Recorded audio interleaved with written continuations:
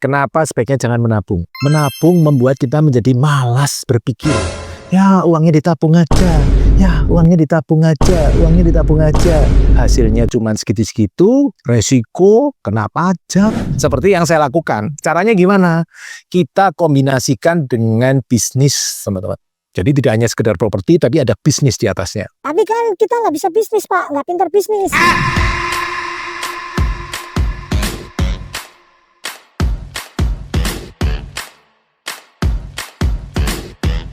Halo teman-teman Pipo, hari ini kita ketemu lagi channel YouTube Pipo. Hari ini kita ngomongin tentang menabung. Siapa di antara teman-teman yang menabung? Wah, luar biasa ya. Tapi sebenarnya menurut saya menabung itu jangan. Kenapa ya? Ya, menabung secara umum bagus teman-teman. Tapi ada beberapa hal yang perlu teman-teman perhatiin. Satu teman-teman, ketika teman-teman menabung, deposito, tabungan gitu, bunganya kecil teman-teman. Bunganya berapa paling? Sekarang mungkin di Indonesia ya 4-5% gitu ya. Bunganya kan kecil dibanding investasi-investasi yang lain. Bunganya kecil loh teman-teman. Nah sayang dong, uangnya males teman-teman ya. Uangnya cuma bisa menghasilkan 4% per tahun, 5% per tahun. Sementara investasi-investasi yang lain udah lari kemana-mana, ini masih jalan di tempat gitu kan. Sayang, kita kan harus membuat dia bekerja keras. Jangan kita yang kerja keras, uangnya nganggur-nganggur santai-santai dong. Dia harus kita buat kerja keras. Satu itu, kedua teman-teman. Kedua apa nih? Kenapa sebaiknya kita jangan menabung? Yang kedua teman-teman, udah bunganya kecil, kena pajak bunga lagi teman-teman ya. Berapa? Pajak bunga sekarang berapa? 20% mungkin? Saya nggak hafal, soalnya saya nggak punya bunga. Saya nggak hafal, saya nggak punya tabungan, nggak punya bunga.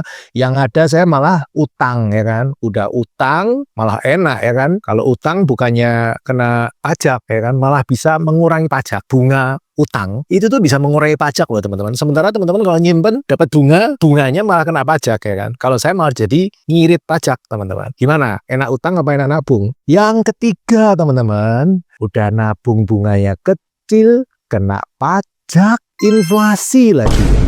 Uangnya dapatnya dikit inflasi. Kelihatannya bunga 5% ya, uangnya nambah. Tapi inflasi nilainya uang turun terus. Zaman saya SMA, beli mie ayam itu satu mangkok 350 perak. Hari ini, berapa puluh tahun kemudian, ya dianggap 30 tahun lebih lah ya, 350 perak mana bisa dapat mie satu mangkok. Dapat kuahnya mungkin, kuahnya aja mungkin yang jual ngomel-ngomel kali ya. Apaan 350 perak dibuang gitu. Nah, income-nya kan sayang ya teman-teman ya. Itu pertimbangan saya. Yang keempat teman-teman, kenapa sebaiknya jangan menabung? Hati-hati loh. Menabung itu bisa hilang loh uangnya. Oh kan nabungnya di bank. Siapa bilang? Bank juga ada aturan mainnya.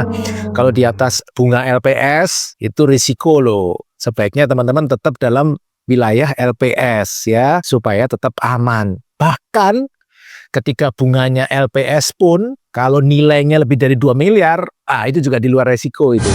Bahkan ketika bunganya seperti LPS kecil, tapi nilainya tabungan lebih dari 2 miliar alias tabungannya besar sekali, itu juga sudah tidak di-cover, tidak dilindungi oleh LPS loh. Daya bebas, berisiko hilang. Mungkin teman-teman akan ngomong, oh bank kan kuat. Untuk generasi seperti saya yang pernah ngalamin Krismon 97, itu tahu bank itu juga ada resiko teman-teman. Siapa bilang bank 100% aman? Enggak, tetap ada resiko.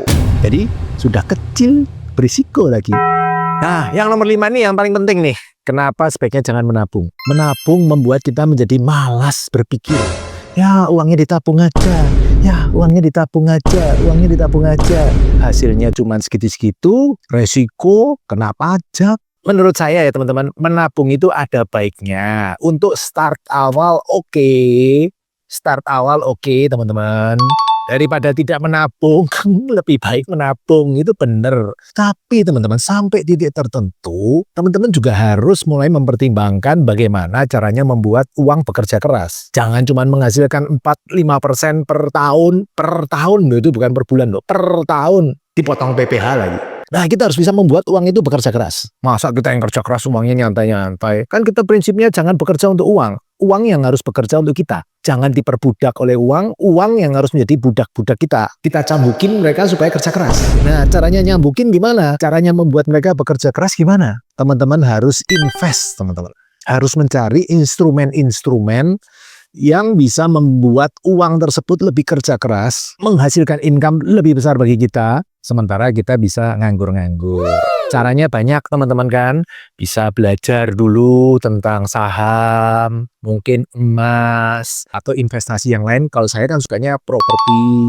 Properti saya menghasilkan income 18% per tahun loh teman-teman. Wow. Masa teman-teman punya uang cuma menghasilkan 3, 4%, 5%? Saya 18. Plus properti kan secara umum dari tahun ke tahun naik, bukan kena inflasi, tapi malah apresiasi dari tahun ke tahun. Udah income-nya lebih besar, apresiasi, kan lebih enak teman-teman. Bahkan ya teman-teman, kalau bisa teman-teman bukan cuma membuat uang bekerja keras, kalau bisa membuat uang orang lain juga bekerja keras untuk kita. Caranya gimana? Kita cari investasi yang menguntungkan. Nah, orang lain nabung di bank, kita pinjam ke bank, atau kita kumpulin investor. Nah, kemudian invest di tempat kita, hasilnya lebih tinggi daripada bunga bank. Jadi kita yang berpikir, bekerja keras, berpikir, caranya gimana ya?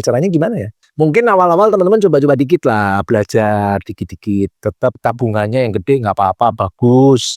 Tapi kemudian tes, cari instrumen-instrumen lain yang lebih menguntungkan. Nah, nanti bertahap mulai diarahin ke situ. Tetap nabung dikit-dikit oke, buat cadangan sewaktu-waktu oke. Tapi kita harus berpikir caranya gimana dia menghasilkan income lebih besar dari yang surat. Kalau kayak saya 18 kan enak, ya, pinjem bank, KPR 8%, dapat income dari propertinya 18% setahun. 8% kasih bank, 10% masuk kantong. Uang orang lain kerja untuk saya. Prinsip besarnya gitu teman-teman. Nah, ngomong-ngomong tentang properti, betul teman-teman. Secara umum, properti menghasilkan ROI 3%. Mirip-mirip deposito ya teman-teman ya. Walaupun tetap enak properti. Deposito kan uang nilainya turun terus tuh kena inflasi. Sementara properti karena inflasi malah naik terus. Tapi dengan cara-cara yang tepat, kita bisa membuat properti income tidak sekedar 3% per tahun, tapi bisa 18% per tahun. Seperti yang saya lakukan. Caranya gimana? Kita kombinasikan dengan bisnis, teman-teman. Jadi tidak hanya sekedar properti, tapi ada bisnis di atasnya. Bisnis itu income-nya bukan 3% per tahun, tapi 3% per bulan, teman-teman. Pilih mana? 3% per tahun atau 3% per bulan? 3% per bulan. Tapi kan kita nggak bisa bisnis, Pak. Nggak pintar bisnis. Ya gandengan dengan yang pintar bisnis. Seperti yang saya lakukan, minimarket saya gandengan dengan merek-merek besar. Toko ban motor saya gandengan dengan merek-merek besar. Dan warteg juga merek besar. Tapi dilihat juga pengelolanya ya teman-teman, selain merek juga pengelola ya. Operator kos saya juga mengelola kos saya sehingga saya nggak pusing. Nah dengan cara itu ya anggap aja 50-50 lah. Jadi tadi dapatnya 3% per bulan kali 12 setahun. 36% ya dapat separuh, 18% masih oke kan teman-teman. Masih cukup, yang penting di atas bunga bank.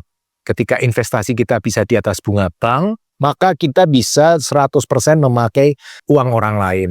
Dan ketika kita bisa memakai 100% uang orang lain, maka ROI-nya bukan cuma 3%, 4%, 18%, tapi tak terbatas. Wow. Karena 100% dibiayai orang lain, propertinya membiayai dirinya sendiri, sehingga kita nggak modal.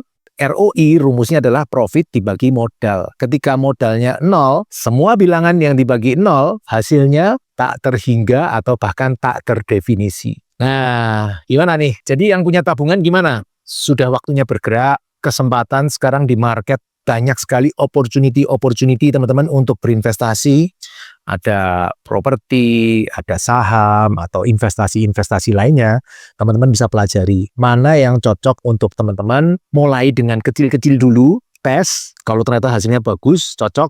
Nah, di tangan teman-teman, apakah teman-teman pengen uangnya tetap nganggur-nganggur, santai-santai, bermalas-malasan, atau kita membuat uang kita bekerja keras untuk kita yang nganggur-nganggur, uangnya kerja keras. Siapa nih yang punya tabungan di sini? Lebih enak nabung atau lebih enak investasi? Salam Passive Income Property.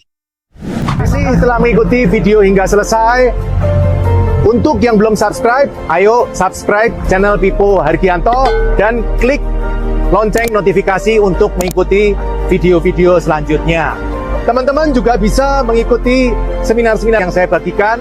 Silakan daftar melalui nomor berikut.